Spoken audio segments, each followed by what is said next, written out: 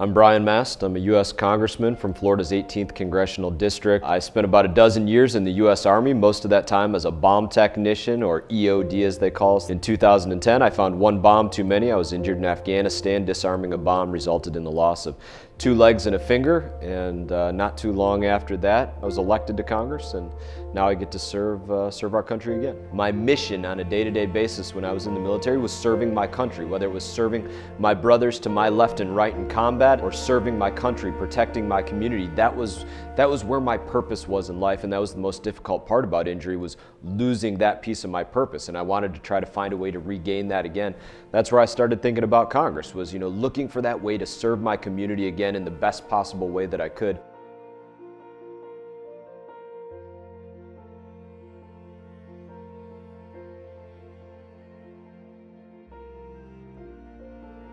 I've had friends that have attempted suicide and failed, and I've had friends that have succeeded in taking their own life. So it does touch home. It's very personal for me in terms of what I've experienced. I think some of the things that we have to do are largely at personal levels. As I speak to those friends of mine that have attempted suicide, but are thank God still here with us today, and they say, Brian, there's nothing you could have done because I never reached out to you. You didn't know that there was anything going on with me, and there isn't anything that you could have done.